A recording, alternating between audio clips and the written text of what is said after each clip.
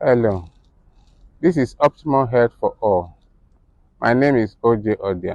Optimum Health For All, for all, for all. We're building up strong so we never fall.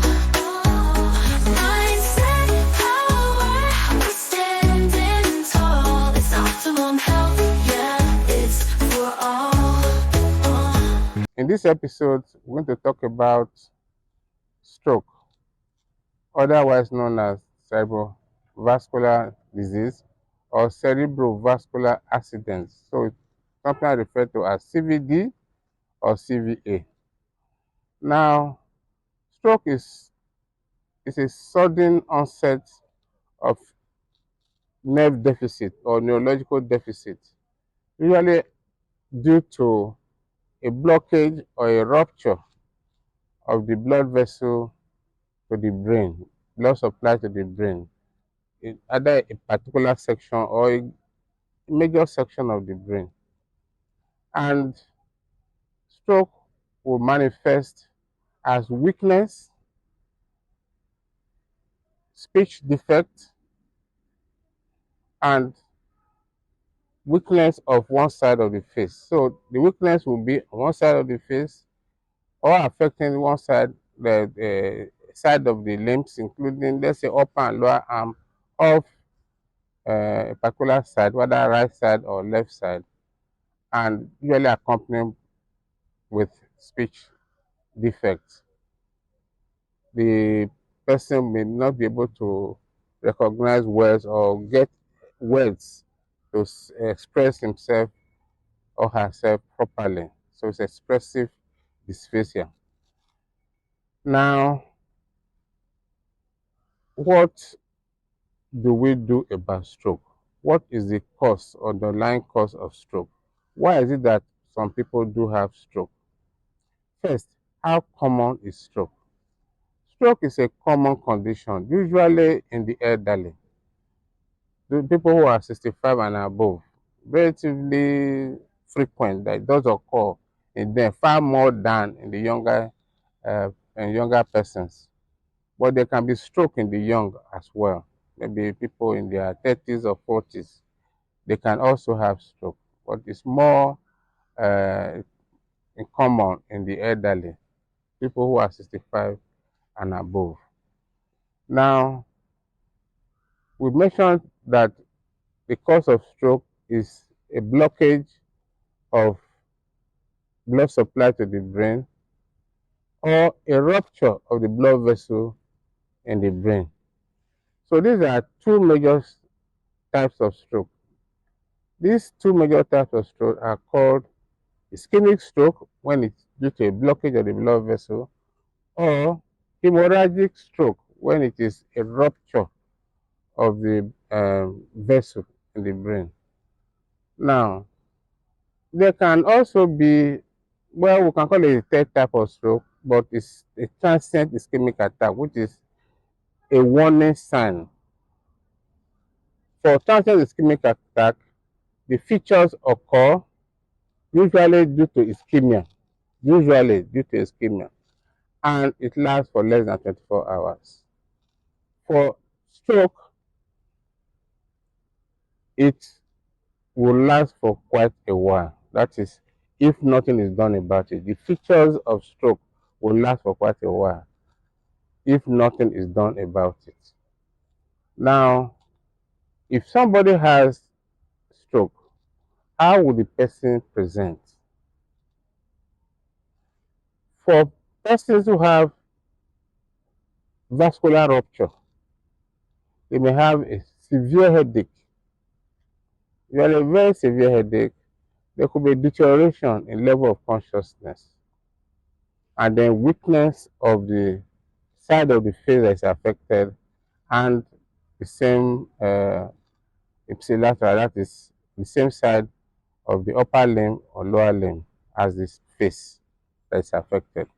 So when there is a problem with the right side of the brain, the manifestation usually goes to the left side of the body.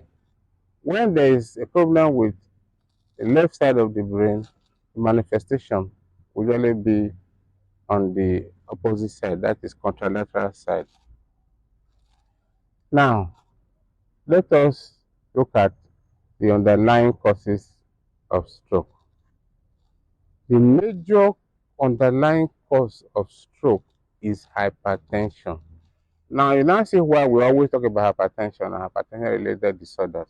We talked about hypertension when it comes to heart and heart related matters, but now we're talking about stroke.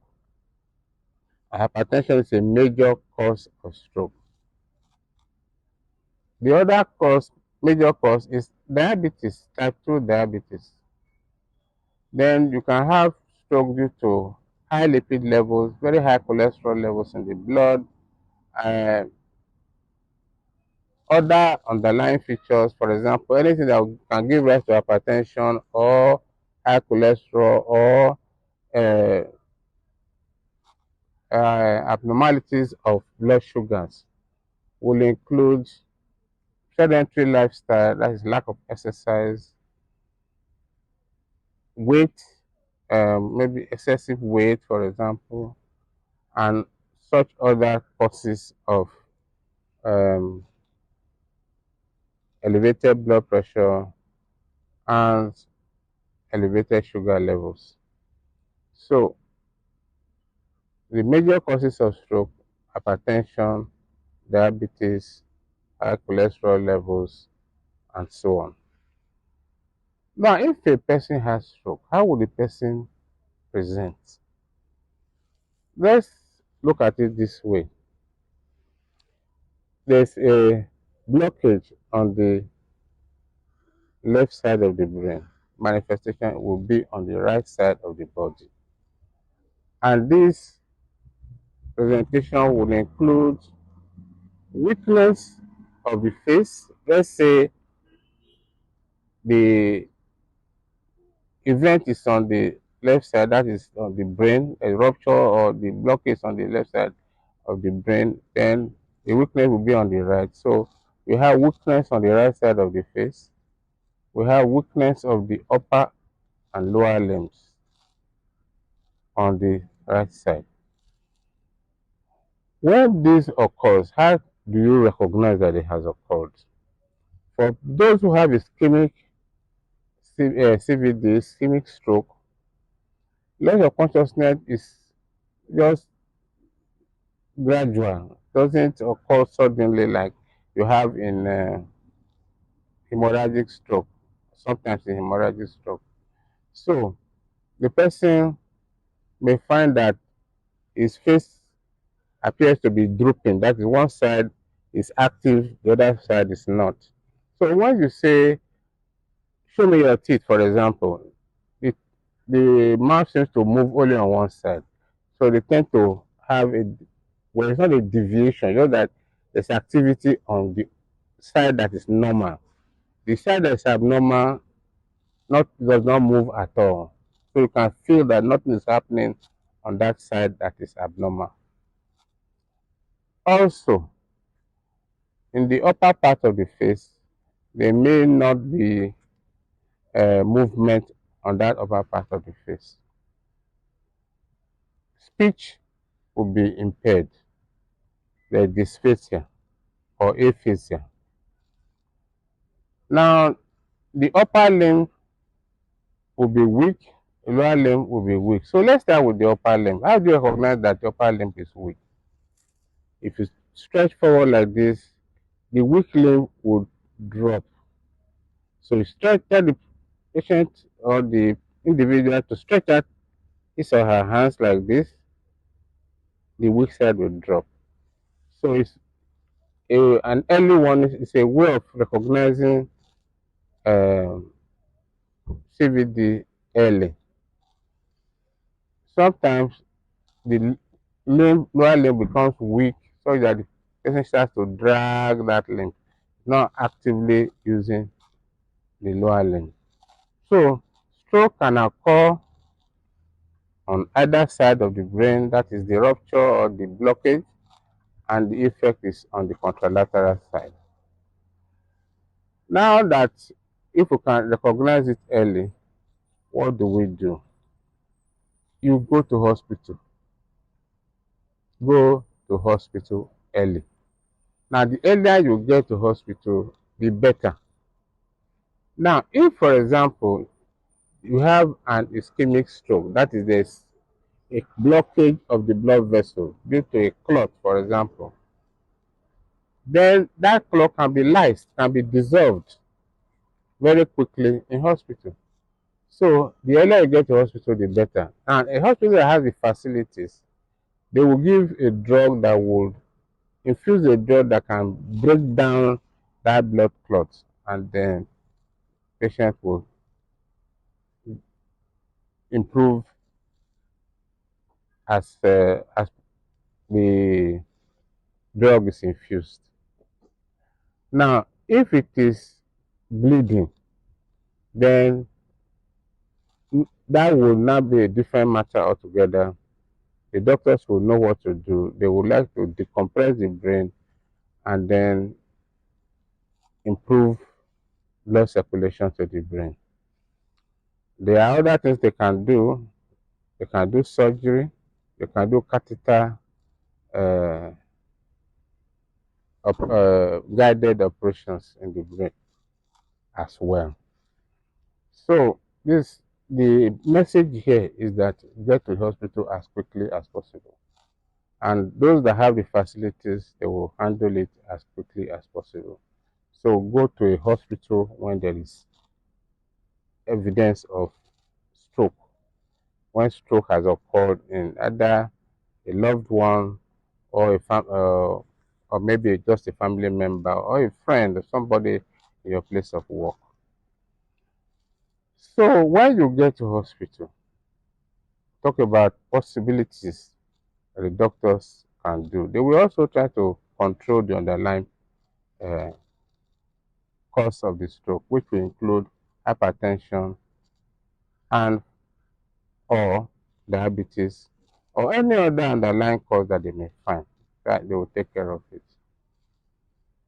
Having said all that, what is the prognosis? What are the prospects? Somebody who has got a stroke and has gone to receive treatment in hospital. It is possible that based on how early you go to report for treatment, that the person can still, the stroke, effect of the stroke can be reversed. But if you do not get there early, the effect the damage may become permanent. Damage to the brain will become permanent. Therefore, the effects will be permanent. But all is not completely lost. There'll be treatment measures which will include rehabilitation. So, apart from the basic management, there will be also the need for, or there may be also the need for physiotherapy. And the whole idea is to relearn, teach the body again how to use the muscles that are already weak or convert other muscles to good use. Apart from physiotherapy, there's something they call occupational therapy, so that you can change the occupation of the person. So let's say it was somebody who uses his hands. It's now no longer possible. You can maybe teach him or her some other skills that can be make him or her useful to himself or herself. So rehabilitation is very important. Not only that, talk about occupational therapy. Now, beyond that, it is follow-up management that's also important. So they don't want the patient to go go back to a state of helplessness. Continue to monitor the patient. That means that continue to go to hospital for follow-up. If it's physiotherapy, continue follow-up physiotherapy. The doctor will continue to maintain the drugs so that the um, incident does not recur. But there's something I want to say, that once a person has had a stroke, the possibility of having a repeat stroke is there. So if the person should not have a repeat stroke, it means that you have to continue to go to hospital and let the doctors uh, monitor and manage the patient or the individual who has had a stroke. Yes, I think we'll stop here talking about stroke, CVD, otherwise known as CVD or CVA.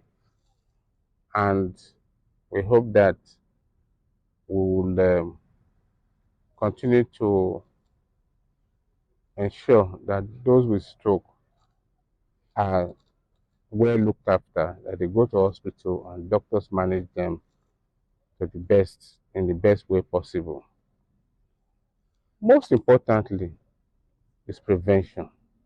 As we say in this program, prevention is the best form of therapy. How do you prevent stroke? Control hypertension, control diabetes. A diet should be such that there's no high lipid levels. Then remember weight control so that you are not have excessive weight, obese or overweight, the way that will predispose you to having some of these features that can lead like to stroke. Thank you very much. I hope you have enjoyed this episode of our podcast. Please share, subscribe by Optimum health for all, for all, for all, for all. We're building up strong so we never fall.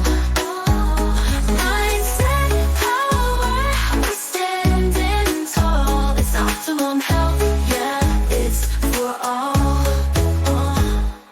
Knowledge is wealth, so we pass it on quick. From the food to the mood, we be flipping the script. From gut to brain, everything aligned. When you live that good life, it's a powerful sign.